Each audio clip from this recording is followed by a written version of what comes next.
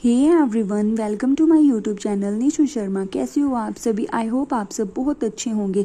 आज की क्लास में हम एस्टेट 2025 के लिए सीडीपी का most important chapter language and thought को डिस्कस करेंगे। ये पीआरटी, टीजीटी, पीजीटी तीनों लेवल्स के लिए बहुत इंपॉर्टेंट चैप्टर है। अब हम बिना टाइम वेस्ट किए स्टेप बाय स्टेप इस चैप्टर को शुरू करते हैं। वीडियो के बैकग्राउंड में हैंड रिटन नोट्स देखेंगे ताकि आपको कॉन्सेप्ट के साथ साथ रिटन पॉइंट भी याद हो सके। तो अभी हम शुरू करते हैं लैंग्वेज एंड थॉट। लैंग्वेज क्या होती है? लैंग्वेज वही एक मीडियम है जिसके थ्रू हम कम्युनिकेट यानी कि बात कर पाते हैं। भाषा है वो जन्मजात नहीं होती, इसको अर्जित करते हैं। कैसे अर्जित किया जाता है? जब बच्चा पैदा होता है वो भाषा के साथ बिल्कुल भी पैदा नहीं होता, उसको तो पता भी नहीं होता भाषा होती क्या है। तो वो भाषा तब सीखता है जब वो अपने जिस एनवायरनमेंट में वो रह रहा होता है उनके साथ इंटरेक्शन यानी अपने पेरेंट्स, अपने परिवार से जब बच्चा इंटरेक्शन करता है तब उसे भाषा आती है। और सबसे पहले बच्चा भाषा अपने परिवार और अपने माता पिता से ही सीखता है। जो ये भाषा और विचार हैं ये एक दूसरे पर निर्भर होते हैं यानी कि इंटरडिपेंडेंट होते हैं। जब हमारे माइंड के अंदर विचार चल रहे होते हैं तो वो भाषा के माध्यम से ही हम उनको दूसरों के सामने एक्सप्रेस कर पाते हैं। आई होप आपको भाषा और विचार समझ में आया होगा। अब हम स्ट्रक्चर ऑफ लैंग्वेज को भी देख लेते हैं क्योंकि इनमें से डायरेक्ट क्वेश्चन पूछा जाता है कि सिंटैक्स क्या होता है, फनेम क्या होता है। एस्टेट एग्जाम में डायरेक्ट क्वेश्चन पूछे जाते हैं। मैं इस वीडियो के अंदर उतना ही करवाऊंगी जितना आपके एग्जाम के लिए इम्पोर्टेंट होगा। तो syntax, what is a syntax? Exam में डायरेक्ट क्वेश्चन आते हैं। Syntax is a set of rules, इतना आपको याद रखना है। फिर सिमेंटिक्स क्या होता है? सिमेंटिक्स होता है study of meaning of sentence. Semantics को आप ऐसे याद रख सकते हो, मैन, सेंटेन, ठीक है, सेंटेंस। तो आपको समझ में आ जाएगा कि सिमेंटिक्स, जब आप पेपर के अंदर ऑप्शन देखोगे तो आप ऐसे कोरिलेट करके देख लेना, सीमेंट यानी सेंटेंस। तो इसका मीनिंग होगा study of meaning of sentence. Phoneme, स्वनीम, फनीम को आप याद करना निमन से, फनीम, निमन मीन्स स्मॉल या फिर छोटा। It is a smallest unit of sound, smallest यानी निमन या फिर छोटा। मॉर्फीम, मॉर्फीम क्या होता है? A morpheme is a smallest meaningful unit in a language. Morpheme क्या हुआ? स्मॉलेस्ट मीनिंगफुल यूनिट होती है लैंग्वेज की। सिलेबल, अभी शब्दांश क्या होता है? शब्दांश है वो एक शब्द का हिस्सा होता है जिसमें किसी शब्द की क्या होती हैं? साउंड्स यानी ध्वनियाँ होती हैं। शब्दांश एक शब्द का हिस्सा होता है जिसके अंदर एक शब्द की ध्वनियाँ होती हैं या फिर साउंड्स होती हैं। ये था भाई स्ट्रक्चर ऑफ लैंग्वेज जो आपके एस्टेट एग्जाम के लिए बहुत इंपॉर्टेंट है। तो इसको आप साथ के साथ अपने नोट्स में नोट करते चले जाना क्योंकि इनमें से सीधे क्वेश्चन पूछे जाते हैं। कि ये पूछ लेंगे कि सिलेबल क्या होता है, मॉर्फीम क्या होता है, चाहे तो आप पीवाई की क्वेश्चन पेपर उठा कर देख लीजिए। फिर आगे सिद्धांत, ये मोस्ट इम्पॉर्टेंट है, इनमें से भी क्वेश्चन पूछे जाते हैं। इनमें ये पूछ लेंगे कि किस मनोवैज्ञानिक के भाषा को लेकर क्या विचार थे। तो ये 5 मनोवैज्ञानिक थे। पहले तो आपको इनके नाम याद रखने हैं क्योंकि इनको ऑप्शन में दे देंगे। एक ऑप्शन ऐसा दे देंगे जो जिसने भाषा विकास के बारे में कोई बात की ही नहीं होगी। तो पियाजे, वाइगोत्स्की, स्किनर, चोम्स्की, बंडूरा, इन्होंने भाषा के बारे में सिद्धांत दिए हैं। तो पहला सिद्धांत है पियाजे। पियाजे कहते हैं वही पहले विचार आते हैं और फिर भाषा आती है। वाइगोत्स्की कहते हैं कि पहले भाषा आती है और फिर विचार आते हैं। यहाँ पर पियाजे ने तो क्या कहा है कि सबसे पहले विचार आते हैं, और जबकि वाइगोत्स्की ने क्या कहा है? पहले भाषा आती है। और पियाजे ने क्या कहा है? भाषा बाद में आती है। और ये कहता है भाषा पहले आती है और विचार बाद में आते हैं।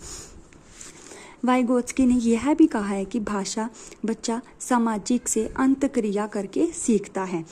जहाँ पे भी सामाजिक अंतक्रिया आ जाए ना और ऑप्शन वाइगोत्स्की दिया हो तो उस पर टिक कर देना, आपका क्वेश्चन गलत होगा ही नहीं।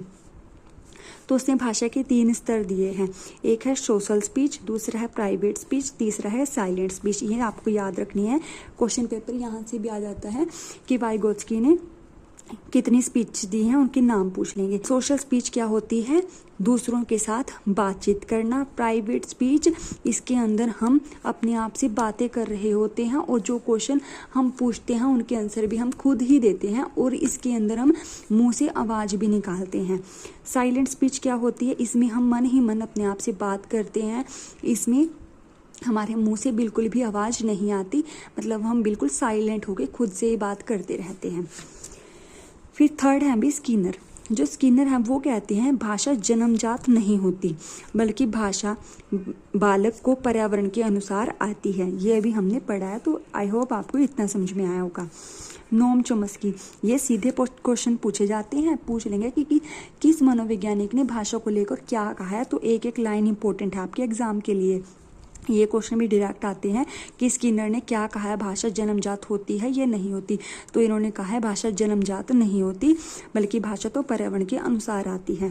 फिर अगला पॉइंट है नोम चॉम्स्की। नोम चॉम्स्की ने कहा है कि किसी भी भाषा को विकसित करने और सीखने की क्षमता के साथ पैदा होता है। स्किनर ने कहा है जन्मजात नहीं होती, और ये कहते हैं कि बच्चा भाषा सीखने की क्षमता के साथ पैदा होता है। इन्होंने लैंग्वेज एक्विजिशन डिवाइस, यानी हर बच्चे के पास एक भाषा अधिग्रहण यंत्र होता है, ये याद रखना। लैंग्वेज एक्विजिशन डिवाइस जो एग्जाम के अंदर LAD के नाम से भी पूछ ली जाती है, तो इसकी फुल फॉर्म भी पूछी जाती है, तो इसकी फुल फॉर्म होगी लैंग्वेज एक्विजिशन डिवाइस। क्वेश्चन आ सकता है कि लैंग्वेज एक्विजिशन डिवाइस किसने दी है, तो नोम चॉम्स्की ने। अब ये लैंग्वेज एक्विजिशन डिवाइस क्या होती है, language acquisition is a tool जो दिमाग में पाया जाता है। यह बच्चे को भाषा के रूल्स को तेजी से विकसित करने में सक्षम बनाता है। चॉम्स्की ने ट्रांसफॉर्मेटिव जनरेटिव ग्रामर का सिद्धांत भी दिया, ये आपको याद रखने हैं, सारे बहुत इंपॉर्टेंट है भाई। चॉम्स्की ने सार्वभौमिक व्याकरण का सिद्धांत भी दिया है। कितने सिद्धांत दिए हैं, 2, ट्रांसफॉर्मेटिव जनरेटिव ग्रामर और सार्वभौमिक व्याकरण, और एक नाम और याद रखना है लैंग्वेज एक्विजिशन डिवाइस। ये आपको याद रखने हैं कि किसने दिए हैं, नोम चॉम्स्की ने। फिर बच्चों को भाषा सीखने के लिए व्याकरण एक इम्पोर्टेंट स्किल है। फिर पांचवें मनोवैज्ञानिक थे अल्बर्ट बंडूरा। इनके अनुसार बच्चे दूसरों के व्यवहारों का अवलोकन यानी कि ऑब्जर्व और अनुकरण यानी इमिटेशन करके सीखते हैं या फिर नकल करके सीखते हैं। ये थे आपके 5 मनोवैज्ञानिक जिन्होंने भाषा विकास के ऊपर बात की है, सबकी अलग अलग राय थी। ये आपके एग्जाम के लिए मोस्ट इम्पोर्टेंट है, तो हर लाइन को अच्छे से याद कर लेना।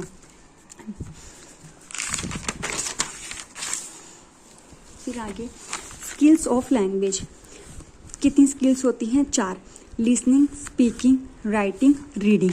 इसका सीक्वेंस क्या है, लिसनिंग, स्पीकिंग, रीडिंग, राइटिंग। ये सीक्वेंस पूछ लिया जाता है कि भाषा के कौशल का सीक्वेंस में लगाओ, तो आपका आंसर होगा लिसनिंग, स्पीकिंग, रीडिंग, राइटिंग। जो सुनना और पढ़ना है भाई, वो ग्रहणशील कौशल है। जैसे अब मैं बोल रही हूँ और आप सुन रहे हो, सिर्फ आप सुन रहे हो, तो आप क्या कर रहे हो, ग्रहण कर रहे हो। बोलना और लिखना, अब मैं बोल रही हूँ और ये मैंने लिखा हुआ भी है, तो ये क्या होगा, प्रोडक्टिव स्किल। तो सुनना और बोलना क्या हुआ, ग्रहणशील कौशल यानी रिसेप्टिव स्किल्स, और बोलना और लिखना क्या हुआ, प्रोडक्टिव स्किल्स। ये आपको याद रखना है, एग्जैक्ट क्वेश्चन पूछे जाते हैं।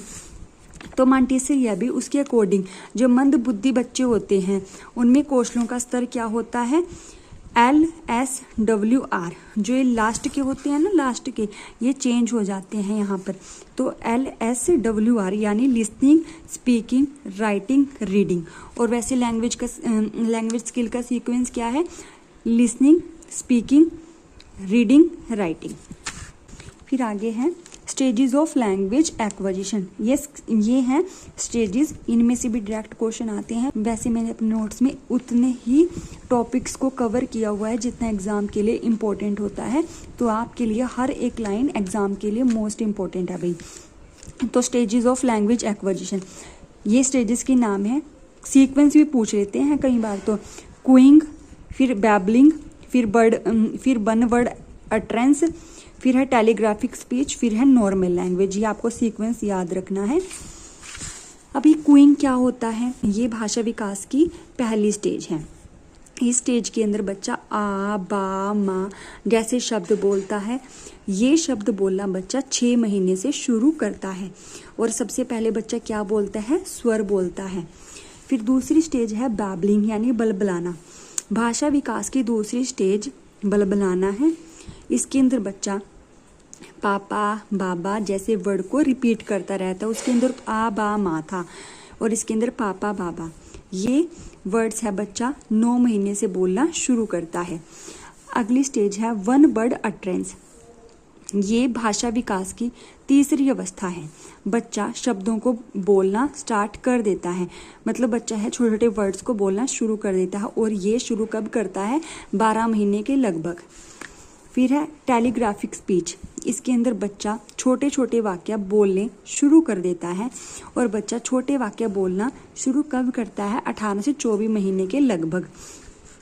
नॉर्मल लैंग्वेज, जो नॉर्मल लैंग्वेज हमारी हो जाती है वो 5 से 6 वर्ष तक बच्चा आराम से बोलने लग जाता है। वो वाक्य और शब्दों के ऊपर अच्छी पकड़ बना लेता है। उसकी जो लैंग्वेज हो जाती है वो नॉर्मल हो जाती है।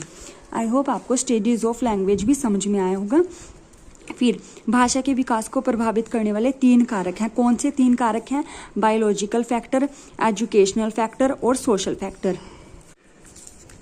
ये था भी चैप्टर लैंग्वेज एंड थॉट।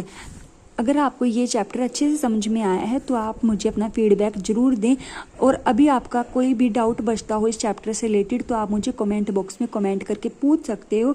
आप मेरे चैनल पर न्यू हो तो सब्सक्राइब जरूर करें, बेल आइकन को प्रेस करें ताकि आपको नेक्स्ट क्लास का नोटिफिकेशन मिल पाए। अब मिलते हैं नेक्स्ट वीडियो के अंदर नए चैप्टर के साथ। तब तक के लिए take care and thank you so much for watching my video. Keep learning with Nishu Sharma. Take care.